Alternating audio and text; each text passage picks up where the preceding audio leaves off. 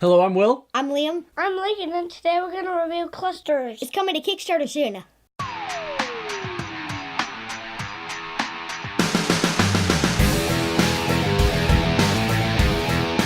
In our Kickstarter preview today, we will be looking at the game Clustered.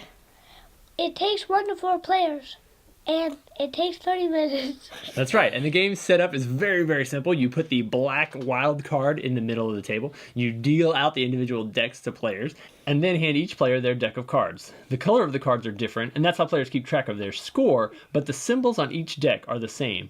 At the start of the game, players draw 5 cards from their deck, and then each turn they will lay 1 card and draw another until everyone's cards have been played.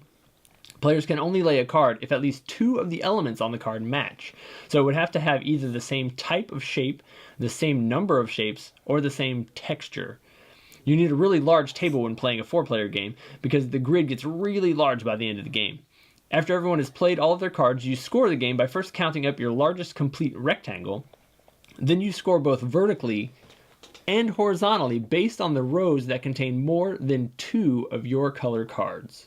Okay, so for example, Liam's going to place his final card in the game. Go ahead, where are you going to stick it at? All right, excellent, good. That gives you a point right there. All right, so the reason that works is because he's got a single shape, 1, and it's got the same texture. So 2 of the things are in common. So that is the last one. Let's go ahead and score so they can see what that looks like. Where's your biggest rectangle, Liam? Up here, probably. Okay, so he would get 1, 2, 3, 4, 5, 6 points for the biggest rectangle. Lincoln, where's yours at?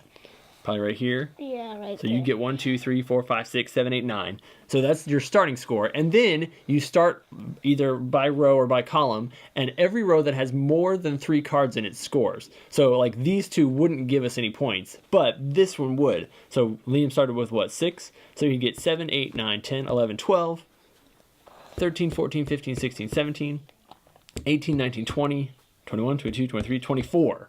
And then we'd go the other way, same thing, rows of 3, so nothing here, 23, what is that what I said, 23? 24, 23, 24, 25, 26, 27, 28, 29, 30, 31, 32, 33, 34, 35, 36, 37, 38, 39. So Liam would end the game with 39 points. And Lincoln would have, basically we'd do the exact same thing. He started off with a bigger rectangle, so he's got a little bit of a more boost to start off with. And then we would see who wins the game. So that covers how you play the game and what it looks like. Tell us, Liam, what your favorite part of the game is. It's like easy to set up. All you do is put the black wild card in the middle, and then you hand everyone their card, they shuffle them up, and you're ready to go. It is. It's very easy to take with you. It's real small, which is cool. When we played this game the first time, Lincoln had a little bit of trouble like understanding which cards could be played next to each other. That's the toughest part. So I think for the first 2 rounds, he was like, what? But then he ended up beating me. So tell us, Lincoln, what is your favorite part of the game?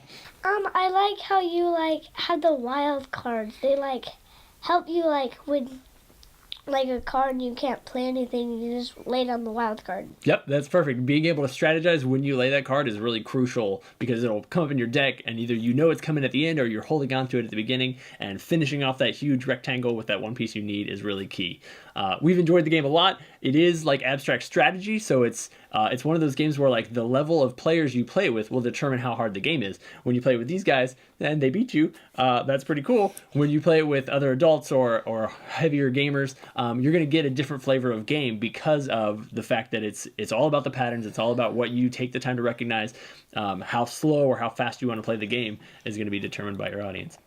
We've enjoyed it. We would recommend it to you, so go check it out on Kickstarter now and tell us what you think. And we'll see you next time.